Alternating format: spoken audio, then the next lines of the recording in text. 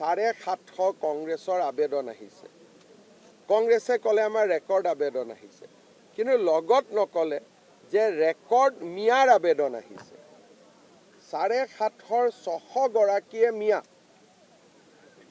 Ticket বিচাৰা, কিন্তু আমাৰ দুই এজনে প্ৰচাৰ কৰি দিলে যে এইবাৰ কংগ্ৰেছত অভিলেখ সংখ্যক প্ৰাৰ্থী আহিছে।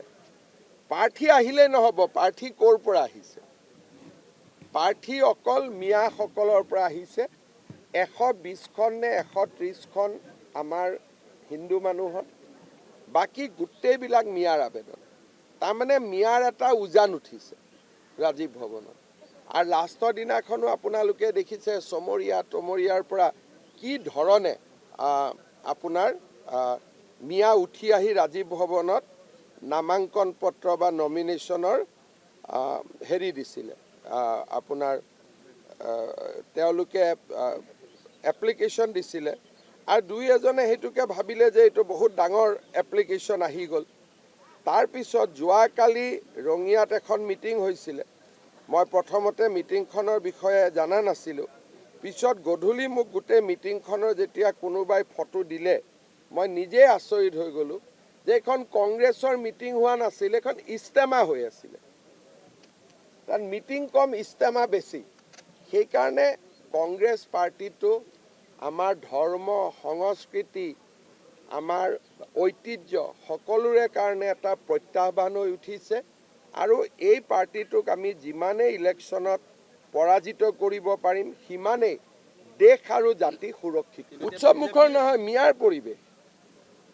সিদিনাখন কোন হিন্দু মানুহৰ 50টা লগত আহিছিল মোক বুজাই দিয়ক। অকল মিয়াবিলাকে আহিছিলে। কালিও ৰঙিয়াত ভিডিঅ'টোতো আপোনালোকৰ বহুতে দেখুওৱা নাই, মোৰ লগত আছে, মই ফৰৱাৰ্ড কৰি দিম, গোটেই মিয়া। গতিকে এই কথাবিলাক আপোনালোকে বুজিব লাগিব যে কংগ্ৰেছৰ সভা নহয়, কংগ্ৰেছৰ ইজতেমা হয়।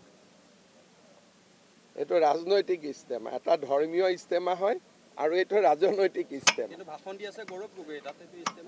এইটোতো ইজতেমাই হ'ল নহয়, ৰাজনৈতিক ইজতেমা। তেওঁ শব্দ কি কয়, তালাকৰ কথা কয়, কিবাৰ কথা কয়, শব্দবিলাকতো সেইবিলাক শব্দই ব্যৱহাৰ কৰে ভাষণত। 750 কংগ্ৰেছৰ আবেদন আহিছে। কংগ্ৰেছে ক'লে আমাৰ ৰেকৰ্ড আবেদন আহিছে, কিন্তু লগত নক'লে যে ৰেকৰ্ড মিয়াৰ আবেদন আহিছে। 750 গৰাকীয়ে মিয়া টিকট বিচাৰা, কিন্তু আমাৰ দুই এজনে প্ৰচাৰ কৰি দিলে যে এইবাৰ কংগ্ৰেছত অভিলেখ সংখ্যক প্ৰাৰ্থী আহিছে।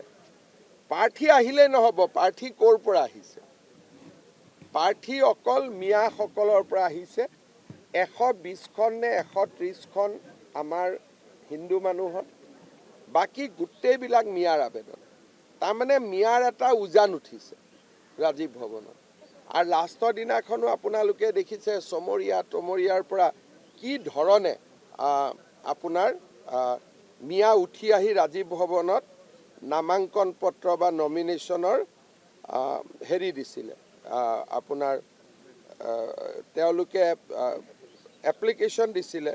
আৰু দুই এজনে সেইটোকে ভাবিলে যে এইটো বহুত ডাঙৰ এপ্লিকেশ্যন আহি গ'ল। তাৰপিছত যোৱাকালি ৰঙিয়াত এখন মিটিং হৈছিলে। মই প্ৰথমতে মিটিংখনৰ বিষয়ে জনা নাছিলোঁ।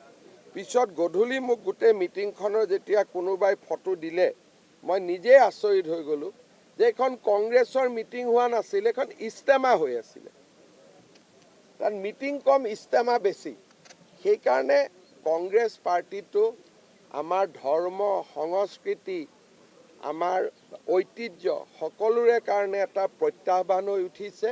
আৰু এই পাৰ্টিটোক আমি যিমানেই ইলেকশ্যনত পৰাজিত কৰিব পাৰিম, সিমানেই দেশ আৰু জাতি সুৰক্ষিত। উৎসৱমুখৰ নহয়, মিয়াৰ পৰিৱেশ। সিদিনাখন কোন হিন্দু মানুহৰ 50টা লগত আহিছিল মোক বুজাই দিয়ক। অকল মিয়াবিলাকে আহিছিলে। কালিও ৰঙিয়াত ভিডিঅ'টোতো আপোনালোকৰ বহুতে দেখুওৱা নাই, মোৰ লগত আছে, মই ফৰৱাৰ্ড কৰি দিম, গোটেই মিয়া। গতিকে এই কথাবিলাক আপোনালোকে বুজিব লাগিব যে কংগ্ৰেছৰ সভা নহয়, কংগ্ৰেছৰ ইজতেমা হয়। এইটো ৰাজনৈতিক ইজতেমা, এটা ধৰ্মীয় ইজতেমা হয় আৰু এইটো ৰাজনৈতিক ইজতেমা। এইটোতো ইজতেমাই হ'ল নহয়, ৰাজনৈতিক ইজতেমা। তেওঁ শব্দ কি কয়, তালাকৰ কথা কয়, কিবাৰ কথা কয়, শব্দবিলাকতো সেইবিলাক শব্দই ব্যৱহাৰ কৰে ভাষণত।